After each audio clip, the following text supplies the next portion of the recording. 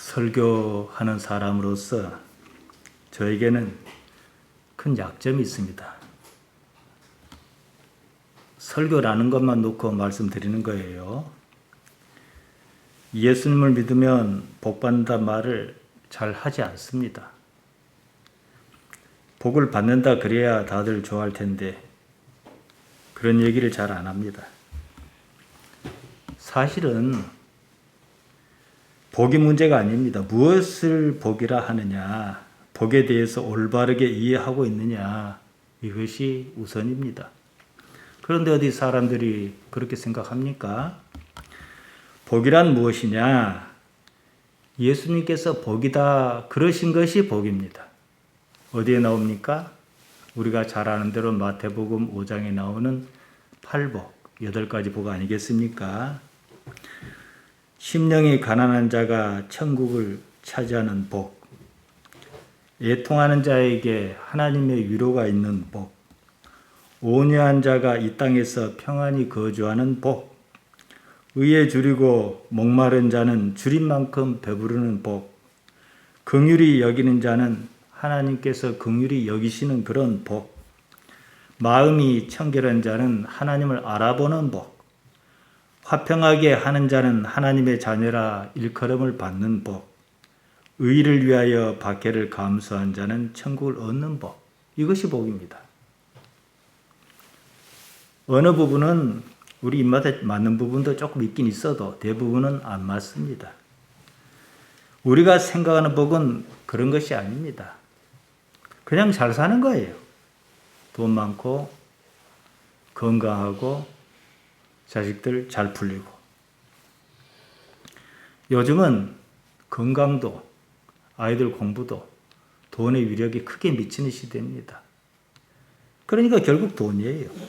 예수님께서 말씀하신 복을 살펴보면 그 어디를 보아도 그런 말은 없습니다. 물론 하나님께서 우리가 못 사는 것을 바라게 하시겠습니까? 이것은 전반적인 문제로 조금 이따 살펴보겠습니다. 결국은 8복을 우리가 요약해서 봅시다. 무슨 복입니까? 하나님과 어떤 관계냐 이겁니다. 첫 번째 복이 심령이 가난한 자는 복이 있다 그러셨습니다. 마태복음 5장 3절에서 천국은 심령이 가난한 사람일 것 이렇게 말했거든요. 첫 번째 나오는 것만큼 이것이 전체적인 것을 아우르는 핵심입니다. 누가는 이것을 보다 직설적으로 말했습니다. 누가복음 6장 20절에 보면요. 가난한 자는 복이 있나니 하나님의 나라가 너희 것이며, 마태는 심령이 가난하다고 그랬는데 누가는 심령이란 말 빼버렸어요. 가난한 자가 복이 있다. 그럼 말 그대로 봅시다. 가난하지 않으면 복이 없다 그 말 아니겠습니까? 근데 우리는 복이 없는 복을 바란다는 거예요. 이게 문제가 있잖아요. 가난을 하여야 하나님의 나라를 찾을 것이다 이거거든요. 가질 것 다 가진 사람이 무엇이 부족해서 하나님을 찾겠는가? 반문입니다. 심령이 가난하다 그러면은 또 여기서 막 해석의 여지가 있습니다. 그러니까 이럴 때는 보통 이상하게 둘러서 말합니다. 심령, 푸니마예요. 영입니다. 영이 가난하다. 알 듯 모를 듯 하는 말입니다. 그 때문이었던지 누가는 대놓고 말했습니다. 가난한 자가 복이 있다. 가난해야 한다. 그래야 복이 있다. 이랬습니다. 예수님께서 말씀하시지 않았습니까? 부자가 하늘나라에 들어가기란 정말 어렵습니다. 얼마나 어려운지 마태복음 19장 24절에서 이렇게 말씀하셨습니다. 다시 너희에게 말하노니 약대가 바늘기로 들어가는 것이 부자가 하나님의 나라에 들어가는 것보다 쉬운 일 하신데 낙타가 어떻게 바늘기로 들어가겠어요? 근데 그게 더 쉽대요.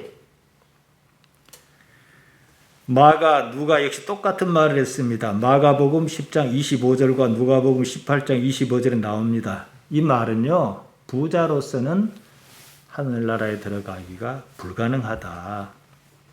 이 이야기입니다.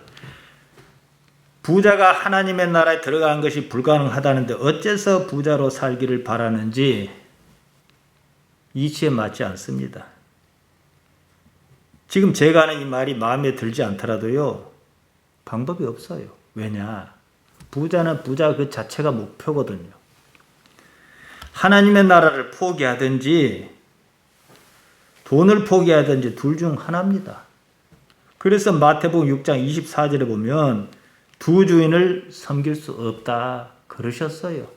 이걸 막 그냥 섞어서 이제 이해하려고 하죠. 돈도 포기 못 하겠고 하나님 나라도 포기 못 하겠으니까. 그러나 이걸 지금 제가 말씀드린 그대로, 액면 그대로, 예수님께서 말씀하신 그대로 생각해 보십시다. 그러면 어떻게 살라고? 이렇게 질문해야 정상이에요. 예수님께서는 거기에 이미 답변을 주셨습니다. 마태복음 6장 33절입니다. 너희는 먼저 하나님의 나라와 하나님의 의를 구하라. 그리하면 이 모든 것을 너희에게 더하시리라. 그러셨거든요. 이 모든 것은 우리가 생각할 수 있는 모든 것을 포함합니다. 우리가 뭐 죄짓겠다는 것도 아니고 남의 것을 빼앗겠다는 것도 아니고 남을 죽이겠다는 것도 아니지 않습니까? 그러니까 우리가 바랄 수 있는 모든 것이 들어있다 이 말이거든요. 그러니까 이 말씀은 뭐냐? 돈을 구하지 말고 하나님의 의를 포함해서 하나님의 나라를 구하라 이 말씀입니다. 하나님 말고 오직 이 모든 것, 하나님을 뺀 이 모든 것은 이방인이 구하는 것이다.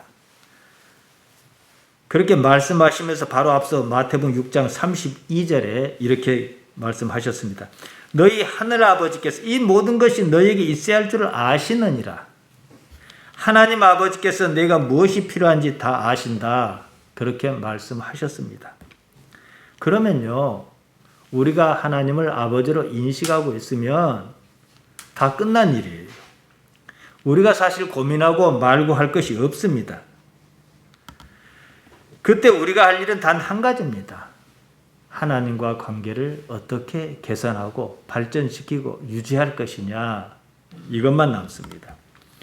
이것은 우리 기독신앙에서 중대한 도전입니다. 하나님 아버지만 바라고 살 수 있는가, 이것입니다. 여기에서 우리가 답을 얻지 못하면요, 방법이 없습니다. 하나님의 나라란 말, 바실레이안 두 대우, 다른 말 아닙니다. 하나님께서 지금 나의 삶에 어떻게 살아계시고 관계하시는가, 사실 그러시는데 내가 어떻게 인식할 것이냐, 이 문제거든요. 하나님께서 살아계신다는 사실과 나의 삶에 관계하고 계신다는 사실을 내가 어떻게 인지할 것이냐, 이 문제입니다. 그러려면 일단 자기를 버리고 삶의 모든 것을 아버지 하나님을 인정한다면 하나님께 내맡겨야 합니다. 이 삶은 내가 사는 것이 아니다. 내 안에 살아계시는 그분께서 사는 것이다. 이런 인식, 깨달음이 있어야 합니다. 나는 다만 예수님처럼 십자가에 달려 죽었다는 겁니다. 이 예수님을 믿는다는 말은 그거예요. 그러니까 우리가 하나님을 믿는다는 말 틀리지는 않아요. 맞아요. 그런데도 불구하고 왜 예수님을 믿는다는 말을 쓰겠느냐는 거예요. 예수님을 믿는다는 말이 무슨 말입니까? 예수님의 생각을 옳다 여기고 나도 그렇게 당신의 생각처럼 당신이 계획한 것처럼 그런 생각을 가지고 살겠다는 거거든요. 그러면 하나님 앞에서 하나님의 아들로서 하나님 앞에서 예수님의 생각은 무엇이었습니까? 나는 없다였어요. 내가 죽어서 하나님께서 드러난다면 나는 그것을 선택하겠다. 이것이 사람의 아들 그분의 생각이었습니다. 이것을 그대로 사도 바울이 이해를 했어요. 좀 더 세게 말씀드리면 깨달았습니다. 갈라디아 2장 20절이 그 말입니다. 내가 그리스도와 함께 십자가에 못 박혔나니, 내가 그리스도와 함께 십자가에 못 박혔다 그럽시다 정말로. 그럼 내가 무엇을 할 수 있을까요? 없어요. 그런즉 이제는 내가 산 것이 아니요. 그러니까 예수님만 십자가에 못 박힌 게 아니에요. 오늘날 많은 그리스도인들이 착각해요. 예수님만 십자가에 못 박히고 내 대신 못 박히고 나는 내 하고 싶은 대로 복받아 잘 살겠다 이거거든요. 그러니까 잘 살고 못 살고 이건 떠나서 그건 맞지 않는 말입니다.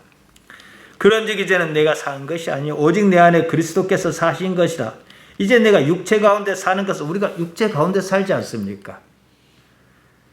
나를 사랑하사 나를 위하여 자기 몸을 버리신 하나님의 아들을 믿는 믿음 안에서 사는 것이라. 제가 조금 전에 말씀드렸습니다. 하나님의 아들 예수를 믿는 게 무엇이라고요? 그분의 생각이 옳다고 여기기 때문에 나도 그렇게 살겠다는 거예요. 예수님께 하나님을 빼면 뭐가 남겠습니까? 아무것도 안 남아요. 육체로 계시는 당신의 목숨보다도 더 귀중했어요. 하나님께서 말이죠. 내가 예수님과 함께 십자가에 못 박혀 죽여버렸다. 이제는 살아도 내가 사는 것이 아니다. 산다면 나와 예수님은 생각이 같아졌기 때문에 일치를 해요. 산다면 예수님께서 내 안에 살아계신 것이다. 내가 육체 가운데 살아있다고 한다면 그것은 예수님을 믿는 믿음 때문이다. 이 말입니다. 이게 예수교죠. 여기에 나라는 것은 없습니다. 적어도 이런 삶의 경지에 이르러야 기독신앙입니다. 그래야 하나님께서 아버지로서 계신다는 사실과 나와 관계하여 계신다는 사실을 현재 삶에서 나의 경험의 영역으로 가져올 수 있다는 거예요. 기독신앙은 하나님의 나라를 자기가 사는 현실 세계에서 구현하겠다는 겁니다. 남들은 하나님이 어디 있느냐 했어도 나는 여기 있다라고 하는 무엇을 갖고 있어야 해요. 무엇 때문에 그러냐? 자, 봐라. 내가 무엇을 할 수 있고 무엇을 못하는가를 너가 알지 않느냐? 이거지요. 그 눈에는 안 보여요. 보일 수가 없어요. 자기 부정이 없으니까요. 그러기에 우리는 삶에서 겪는 수많은 좌절을 두려워하거나 싫어할 이유가 없습니다. 그것이 하나님의 나라를 실현하는 곧 하나님의 방법이기 때문입니다. 이것은 고린도전서 1장에서 사도 바울이 아주 잘 설명했습니다. 거기에 익숙할 즈음이면 더 이상 좌절은 없습니다. 어떤 경지에 이른 것이죠. 예수님을 믿지 않는 사람은 거론할 필요가 없습니다. 예수님을 믿는 사람이 고난이 많다는 것은 그만큼 자기를 버리지 못하고 있다는 뜻입니다. 왜 그런 일이 있느냐? 고통을 감수하면서까지 더 큰 가치, 곧 하나님을 알게 깨닫게 하려는 아버지의 의도 때문이다. 이거죠. 우리 주변에서 보면은 뭐 드물긴 해도요, 착하고 성실한 신앙인이 있습니다. 누가 보더라도 알짜 신앙인이고 참 잘하는 사람이 있어요. 교회 열심히 순정적입니다. 그런데도 고난이 쉽게 물러가지 않아요. 이러면 한 번쯤 다시 생각해 봐요. 내가 무엇을 잘못 생각하고 있는가 해봐야죠. 대개는 무엇이 문제인가 깊이 따지기도 전에 고난을 그냥 받아들인 쪽을 선택해 버려요. 그건 문제가 있는 거예요. 고난을 이해도 못하는데 받아들였다? 그건 문제 있는 거예요. 그것으로 자기를 합리화하고 봉합하려 합니다. 하나님께서 그래서 어떻게 말하냐, 이렇게 인도하셨다. 결과론적인 이해만 갖고 있어요. 온전한 해결책도 아니고, 그러면은 그런 일은 계속해서 반복해서 일어납니다. 왜냐? 거기에 자기 부인은 사실 없습니다. 하나님께서 원하시는 것은요, 나 자신이에요. 하나님께서 내가 고통받는 것을 기뻐하시겠습니까? 아니에요. 나 자신이 온전히 무너져야 합니다. 그래야 하나님께서 어떻게 운행하시는지 보이거든요. 자기 자신이 무너지지 않으면요, 아무것도 보이지 않습니다. 자기를 부인해야 한다. 자기가 무너져야 한다. 그러니까 대개는 잘못 이해합니다. 그러면은 나라는 사람의 인생의 삶에서는 꿈도 꾸지 말라는 것이냐, 희망조차도 가지지 말라는 것이냐, 이런 질문이 가능합니다. 잠언 16장 9절이 말합니다. 사람이 마음으로 자기 길을 계획할지라도 그 걸음을 인도하신 자는 여호와시니라. 계획하다, 하시아브입니다. 계획하다는 뜻 외에 생각하다, 숙고하다, 계산하다, 판단하다 이런 뜻이 있습니다. 미래를 예상하고 결정하는 것입니다. 그 판단의 기준이 뭡니까? 과거입니다. 과거에 경험했던 모든 것으로 미래를 가늠하고 판단하는 척도로 사용합니다. 바닷가에 갔어요. 방파제 어느 지점에 갔어요. 낚시꾼들과 포인트를 안 합니까? 거기 어느 때에 가니까 물고기가 많이 잡히더라는 경험을 가지고 오늘도 이런 정도면 그때와 조건이 비슷하니까 물고기가 많이 잡힐 것이라고 판단하잖아요. 과거를 가지고 판단한다 이 말이에요. 있을 수 있습니다. 하지만 미래가 예상한 대로, 계획한 대로 꼭 그렇게 이루어지는 경우는 거의 없어요. 인도하다, 쿤입니다. 확고하다, 확립하다, 준비하다, 고정하다, 세우다, 설립하다, 임명하다 이런 뜻입니다. 결정사항을 말합니다. 그러니까 사람이 자기가 생각하고 계획할 수는 있습니다. 하지만 자기 생각을 끝까지 고집할 수는 없다는 거예요. 왜냐하면 달라질 것이니까. 계획은 하지만 계획은 그대로 꼭 이루어지지 않습니다. 미래라는 결정적 시점에 이르기까지 끝없이 방향이 바뀌고 수정이 이루어집니다. 지금 우리 삶을 들여다봅시다. 젊은 날 어느 시점에서 우리가 과거로 한참 물러서 갔습니다. 지금이 이렇게 정해졌다고 생각하지 말고 우리 교회 30주년이니까 30년 전도 좋고 50년 전도 좋고 처녀 때도 좋습니다. 그 시점에서 지금 이렇게 살 거라고 생각했습니까? 그런 생각한 적이 없습니다. 저는 지금도 기억합니다. 1976년 9월 16일에 서울에 처음 올라갔습니다. 외갓집이 화곡동으로 이사했거든요.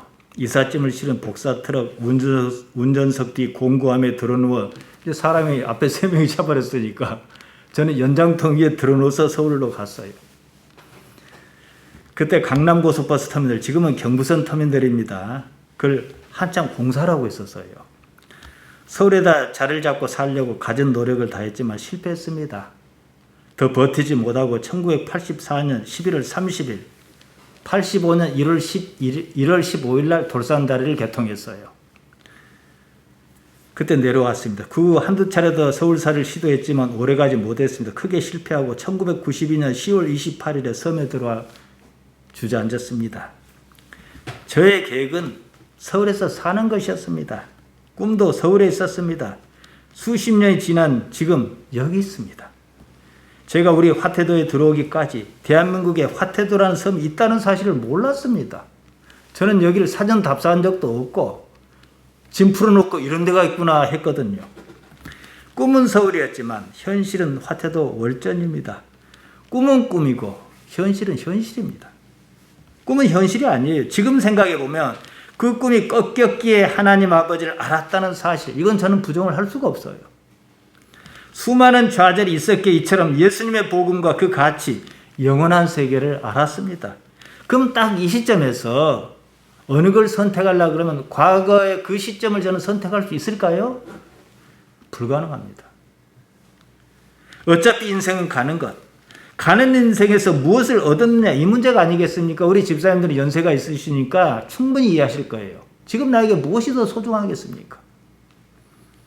저는 영원한 삶을 얻었습니다. 20대 젊은 날의 꿈은 마땅히 깨져야 했습니다. 쉽게 살지 않았습니다. 많이 무너지고 깨졌습니다. 지금에 와서 보면 어째서 그렇게 삶에 저항했던고 싶습니다. 저 자신이 무너지는 것이 오히려 유익하다는 사실을 왜 몰랐던고 싶었습니다. 지금 우리 교회가 소송에 걸려 있지 않습니까? 1심은 져버렸고 이제 2심을 걸어놨습니다. 이미 30년 전에 들어선 교회를 헐고 나가랍니다. 애초에 땅을 안 줬으면 예배당도 들어서지 않았을 것 아니겠습니까? 이제 와서 그런 적 없다. 정말로 불량하기 그지없습니다. 하급심에서 그쪽 손 들어줬어요. 상급심에서 결과가 바뀔런지 어쩔런지 모릅니다. 노예에서는 승산이 없다고 손을 놓아버렸습니다. 이제 몇몇 분이 돕기도 하고 그래가지고 이제 제가 어떻게 이걸 좀 꾸려나갑니다. 교회도 지금 10명도 채 안 앉아있는 교회인데요. 여러분, 그래도 괜찮습니다. 하나님의 일이잖아요. 하나님께서 어떻게 하실는지 우리가 또 어떻게 알겠습니까? 내일 지구가 멸망해도 우리는 오늘 예배 드립니다. 인생을 자기 자신의 요구에 맞추면 힘들 수밖에 없습니다. 인생을 하나님 아버지와 관계에 맞추면 사실상 그렇게까지 힘들지는 않습니다. 앞이 보이지 않아도 살 방법이 있다는 사실을 배워야만 합니다.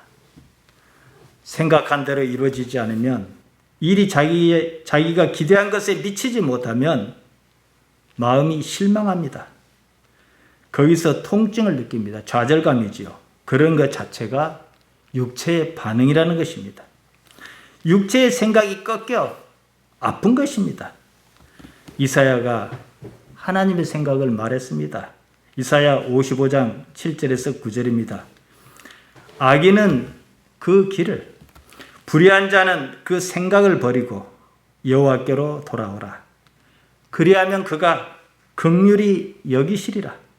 우리 하나님께로 나아오라. 그가 널리 용서하시리라. 여호와의 말씀에 내 생각은 너희 생각과 다르며 내 길은 너희 길과 달라서 하늘이 땅보다 높음 같이 내 길은 너희 길보다 높으며 내 생각은 너희 생각보다 높으니라. 생각, 마하샤바입니다. 의도나 계획을 뜻합니다. 길, 데레크입니다. 방식이나 과정, 행위를 말합니다. 하나님께서는 우리와 다른 계획을 가지고 계시며 우리와 다른 방식으로 우리를 인도하신다. 이 말입니다. 우리가 아는 것은 지금 여기뿐입니다. 나중 저기는 모릅니다. 우리는 나중 저기를 아는 유일한 기준은 그때 거기입니다. 무슨 말이냐면 우리는 내일을 몰라요. 예상합니다. 무엇으로요? 지난날의 경험이 없으면 내일을 예상할 수 없어요. 그걸 기준으로 예상하는 거죠. 아는 것은 지금입니다. 지난날 살아왔던 경험을 가지고 내일을 예상하지요.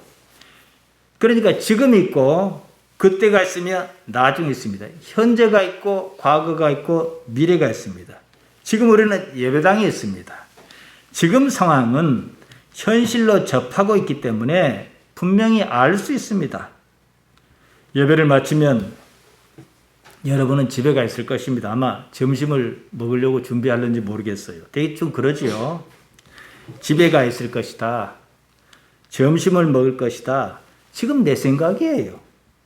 지금까지 그려왔기 때문이죠.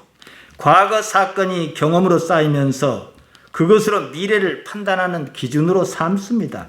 통상적이면 그 판단은 틀리지 않습니다. 하지만 집에 가서 점심을 먹을 것이라는 보장은 그 어디에도 없습니다. 그때 가봐야 합니다. 생각해 보십시오. 예배당을 나섰는데 누구를 만날 수도 있고 또 갑자기 급한 일이 생겨서 이웃으로 나갈 수도 있어요.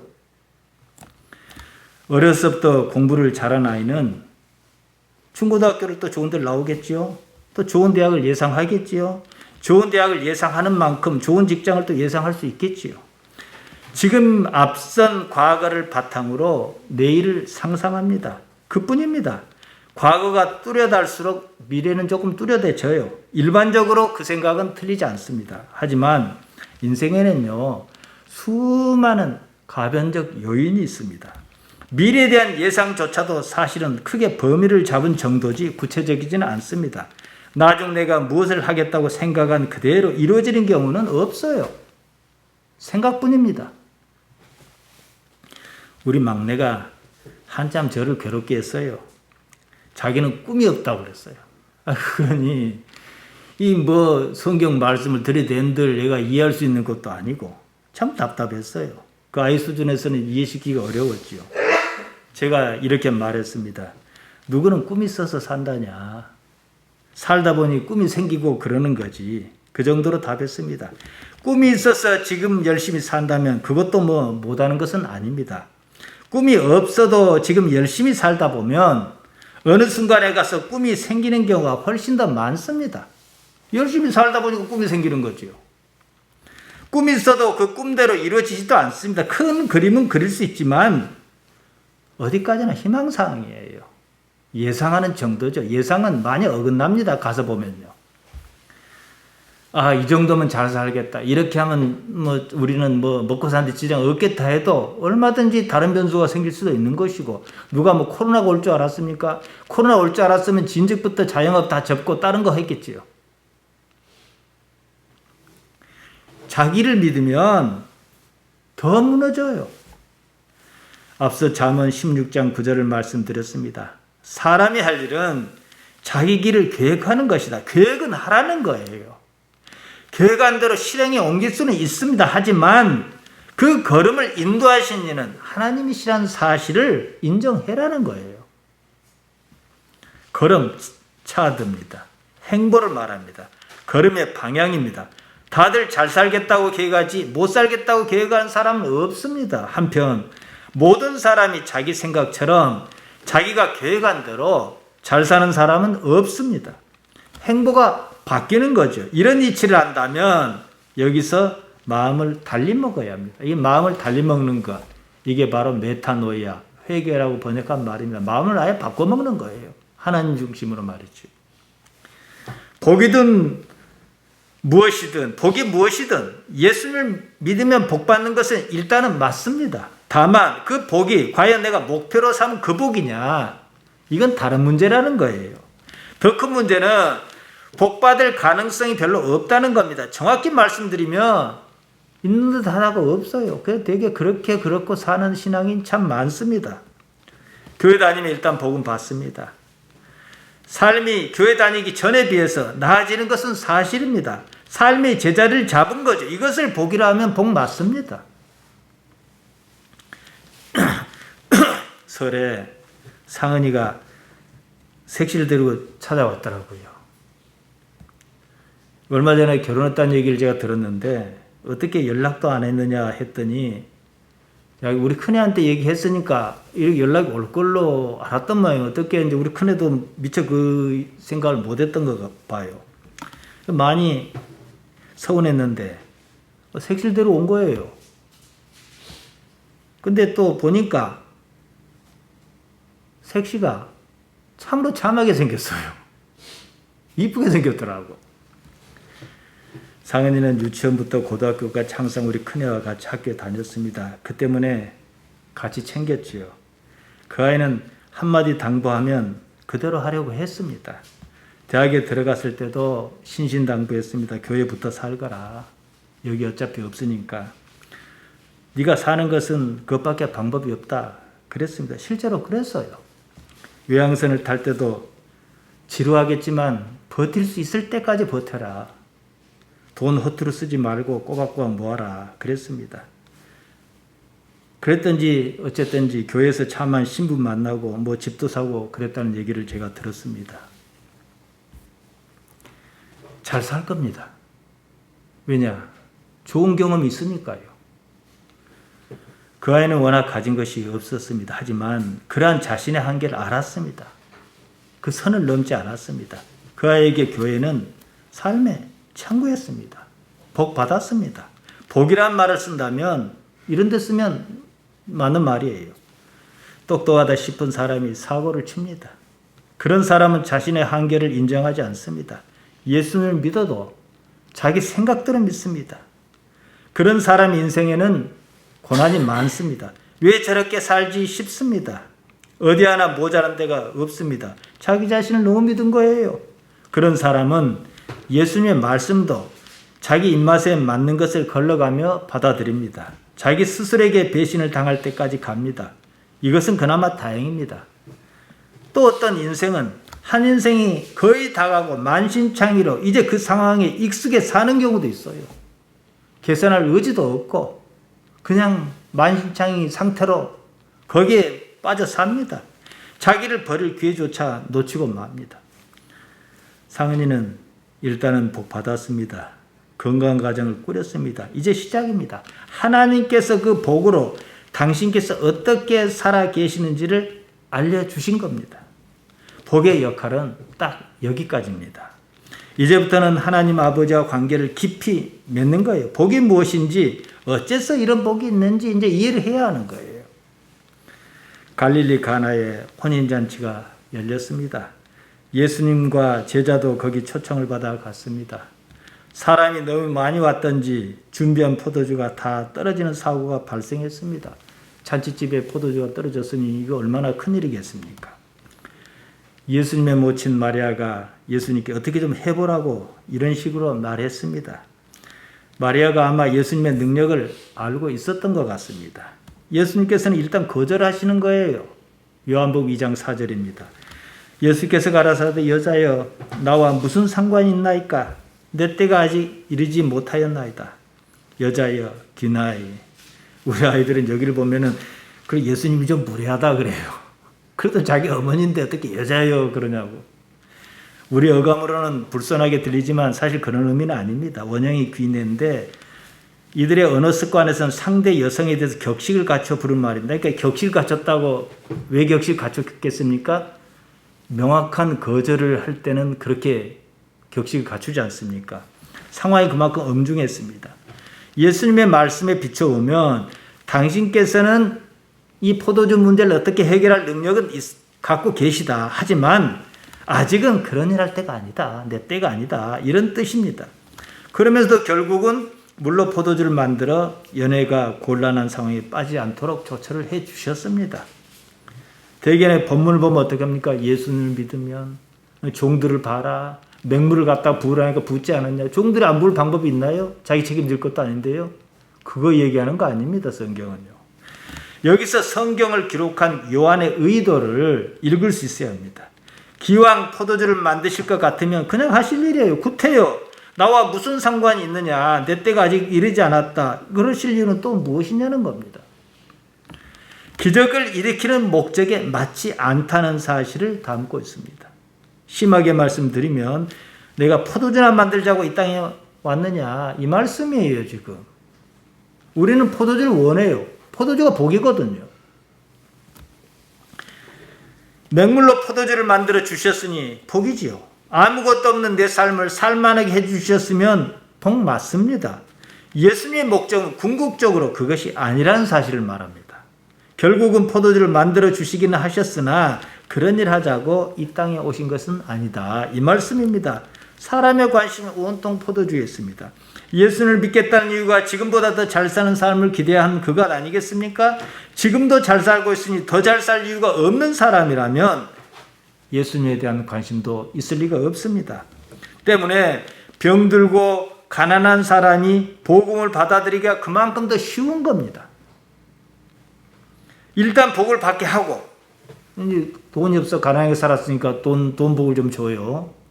그 다음에 뭘 요구하겠습니까? 하나님께서. 아, 너는 돈 복을 받았으니까 그냥 잘 먹고 잘 살아라 그럽니까? 하나님과 관계 개선을 요구하신다는 거예요. 그 너머에, 다음 너머의 세계를 가르칠 기회가 가난한 사람에게 있는 거예요. 부자가 부족한 것이 없는데 뭐 하려고 예수를 믿습니까? 그런 식으로 가려면요. 세례 요한이 감옥에 갇혔습니다. 헤롯과 헤로디아의 부정을 지적한 일로 곧 죽게 생겼습니다. 목이 날아갈 판입니다. 요한은 옥에 갇혔어도 자기 제자가 있었어요. 그래서 예수님의 하는 일을 수시로 들을 수 있었습니다. 예수님께서 기적을 행하시면서도 자기 일에는 관심을 갖고 계신 것 같지가 않은 거예요. 죽든지 말든지 막 내버려 두시는 것 같아요. 답답해서 이것은 나를 살려주시고 살려주시지 않고의 문제가 아니라 다른 문제거든요. 그래서 제자를 예수님께 보냈습니다. 마태복음 11장 3절입니다. 오실 그이가 당신이 오니까 우리가 다른 일을 기다리오리이까. 여러분 지금 요한이 하는 말을 이해하겠습니까? 역사가 요세푸스에 의하면 요한이 폭동을 선동하였다는 죄목이었다고 합니다. 사해 동편에는 마케레스 성에 옥에 갇혔습니다. 그런데 성경 마가복음 6장 17절 18절에 의하면 헤롯이 자기 동생 빌립의 아내, 그러니까 제수와 결혼을 해버린 거예요. 자기 동생의 아내와. 요한이 그걸 당신이 그러면 안 된다라고 지적을 하니까 옥에 가둔 거예요. 그러면 이 불량한 사람들은 그런 잘못을 지적하면은 내가 잘못했다 그럽니까? 어떻게든 죽이려고 하지요. 결국 죽입니다. 아무튼 요한은 사회정의를 부리짓다 감옥에 갇혔습니다. 요한의 하는 일을 예수님께서 잘 알고 계셨을 것입니다. 요한은 선지자 중에 선지자였습니다. 자기가 올바른 일을 행하다 감옥에 갇혀 죽게 생겼으면 예수님께서 무슨 말씀이라도 하셨어야 한다고 생각했을 것 아니겠습니까? 살려주시고 안 살려주시고 문제가 아니고 그랬을 것 아니겠습니까? 뭐 잘했다든지 아니면 또 살려주신다든지 꺼내주신다든지 또 정 못 꺼내주실 것 같으면 그럴 만한 이유를 말씀하신다든지 아무런 말씀도 안 하시고 옆에서 그냥 당신 하는 일만 하고 계신 거예요. 그냥 죽게 내버려 두시는 것 같았습니다. 실제로 예수님께서는 요한이 목이 잘려 죽도록 그냥 내버려 두셨습니다. 아무런 조처도 취하지 않으셨습니다. 어째서 예수님께서 이런 선택을 하셨을까요? 뒤집어 봅시다. 예수님께서 기적을 일으키신 분입니다. 요한을 옥에서 꺼내 주셨다면 예수님은 어떻게 생각했을까요? 제자조차도 십자가를 지실 때까지 예수님을 이해 못했습니다. 어떻게 예수님을 자극해서 자기들이 원하는 일을 이루려고 했어요? 요한을 내버려 두신 것은 당신의 존재 목적과 관련이 있습니다. 존재 목적에 맞지 않아요. 요한 같은 사람을 살리는 것이 목적이 아닙니다. 영원한 사람에게 죽음이 무슨 대수입니까? 어떻게 달리 생각해 보면요. 예수님의 목적은 다른 데 있었습니다. 예수님께서 요한의 제자에게 말씀하신 답변을 보면 거기에 예수님께서 무슨 생각을 갖고 계셨는지 나와 있습니다. 마태복음 11장 4절에서 6절입니다. 예수께서 대답하여 가라사대 너희가 가서 듣고 보는 것을 요한에게 구하되 소경이 보며 안진뱅이가 걸으며 문둥이가 깨끗함을 받으며 기머거리가 들으며 죽은 자가 살아나며 가난한 자에게 복음이 전파된다 하라. 누구든지 나를 인하여 실족하지 아니하는 자는 복이 있도다. 이렇게 말씀하신 거예요. 무슨 말입니까? 자기가 부족하다고 느끼는 사람에게 어떤 충족이 있을 것이며 이게 이제 복이라는 거예요. 또 그 때문에 복음이 먹힌다는 얘기입니다. 내가 모자라요. 가난하고 정말로 가난하게 살았어요. 그래서 이제 교회 나오고 그래. 어차피 삶이 이런 거니까 내가 예수님이라도 열심히 믿었는데 잘 살게 된 거예요. 그러면 그 사람이 잘 살았으니까 나 예수님 그만 믿어야지 해야 옳겠습니까? 내게 왜 이런 일이 있는가? 하나님께서 내 인생에 어떻게 개입하신가? 이걸 알아서 더 다른 차원으로 가려는 게 목적입니까? 정상적 이거의 목표라는 거예요. 이게 말이죠. 부족한 부분을 채우면요 행복감이 생깁니다. 행복하다는 감정은 부족한 부분을 채우는 과정에 생기는 느낌입니다. 우리가 생각하는 복이 그 수준입니다. 이 복은 채운다고 거기서 끝나는 문제가 아닙니다. 완전히 채워지지 않습니다. 채우고 나면 또 거기서 다시 시작해서 채워야 하는 문제가 계속 반복합니다. 지난 시간에 사마리아 수가마을 여자 얘기를 말씀드렸습니다. 예수님께서 당신을 가리켜 영원히 목마르지 않을 생수 휘도르 존이다 이러셨습니다. 존의 원형이 자오입니다. 살다는 뜻입니다. 명사로 쓰면 조예입니다. 어원이 같아요. 생수라는 번역은 그렇게 좋지가 않습니다. 우리는 생수하면은 당연히 샘물을 생각하고 요새는 여기 병에 담긴 사다 먹는 물을 생각하지 수돗물이 아닌 걸 생각하지 이렇게 생각 안 하거든요. 휘도르존은 그런 차원이 아니에요. 마셔도 죽는 물이 아니라 마시면 사는 물이다. 살리는 물이다. 이 뜻이에요. 우리가 흔히 우물물을 마시면은 또 안 마십니까? 계속 마셔야 하잖아요. 우물가에서 생수를 말씀하셨습니다. 우물물은 마셔도 얼마 지나면 또 마셔야 합니다. 계속 마셔도 죽기는 마찬가지입니다. 당신께서는 한 번만 마시면 영원히 더는 마실 필요가 없는 죽지 않고 사는 물이다. 지금 이 말씀하신 겁니다. 물은 갈증을 해소합니다. 갈증은 해소해도 그때뿐입니다. 얼마 지나면 또 생깁니다. 한 번으로 해소할 수 없습니다. 갈증은 욕망을 대유로 말합니다. 인간의 욕망은 끝이 없습니다. 가져도 더 가져야 합니다. 가지고 싶다고 해서 계속 더 가질 수 있는 것도 아니고 가지고 싶은데도 가지지 못하니까 불행합니다. 더 가져야 하는 무엇이 있다는 것 자체가 불행한 거예요. 가지는 그 순간에 잠깐 행복감을 느낄 뿐입니다. 가지게 하려는 것, 육체의 작동 방식이 그렇다는 거예요. 그래야 살려고 할 테니까요. 하고 싶은 것이 있어야 살려야 하지 않겠습니까? 여기에는요 어떠한 만족도 없습니다. 지칠 때까지 끝없는 갈증이 계속 반복할 뿐입니다. 그런 육체의 삶은 영원한 삶을 생각 못하게 해요. 생각하지 않게 합니다. 예수님께서요 맹물로 포도주를 만드셨습니다. 기적이 일어났습니다. 우리는 삶에서 그런 식으로 기적이 일어나기를 바랍니다. 보통 사람이 흔히 생각하는 복이 그 수준입니다. 예수님께서는 기적을 일단 거절하셨습니다. 때문에 모친이 무슨 요청을 했을 때 우선 거절하셨던 겁니다. 요한은 성경을 기록할 당시 예수님의 의도를 알고 있었습니다. 때문에 포도주 사건을 이 처음 표적이다 이렇게 기록하고 있습니다. 이 처음 기적이라 하지 않았습니다. 기적을 기적이라 안 했습니다. 표적이라 했습니다. 표적, 세메이온입니다. 기적 아닙니다. 무슨 표시를 가리킵니다. 기적이니 능력이니 하는 말은 따로 있습니다. 기적, 테라스입니다. 요한복음 4장 48절과 사도행전 2장 43절 등에 나옵니다. 또 다우마라는 말도 있습니다. 주로 놀랄 만한 일, 기적이지요. 고린도후서 11장 14절과 계시록 17장 6절에 나옵니다. 그 외에 디나미스란 말이 있습니다. 능력이란 말로 주로 번역하지요. 고린도전서 1장 18절에 나옵니다. 우리가 그토록 원하는 복은요, 기적이에요. 표적 아니에요. 능력이지요. 그런 것은 우물물 같은 겁니다. 마시면 그때 잠깐 갈증을 해소할 뿐 또 마셔야 하는 것입니다.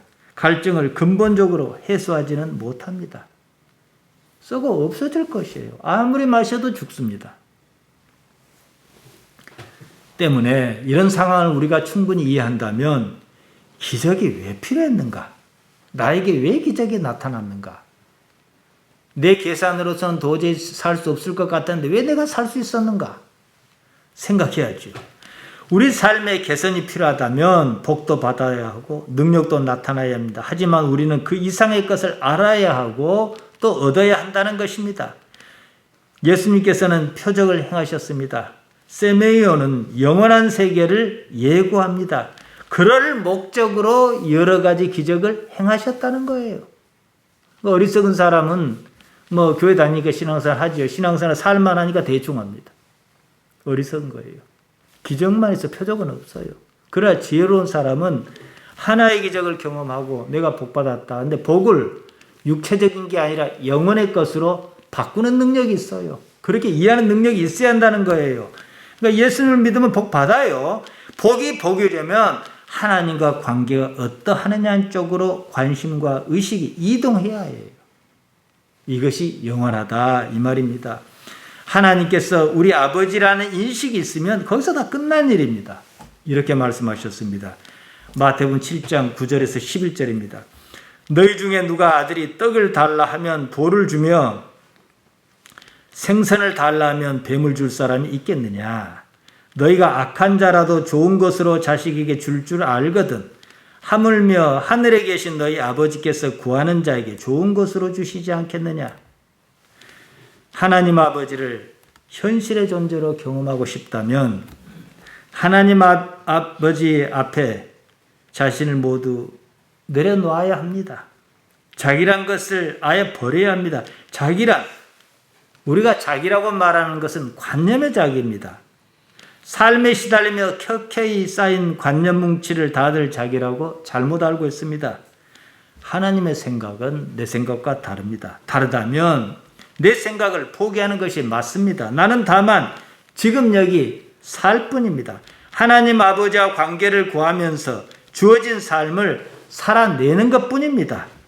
이 삶이 내 삶이 아니라 하나님의 삶이란 사실을 인식하고 하나님께서 나타나 주시기를 기대해야 합니다.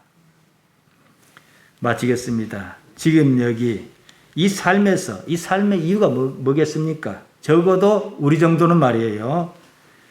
아버지를 알고자 하려는 거예요. 우리에겐 끊임없는 시험이 있어요.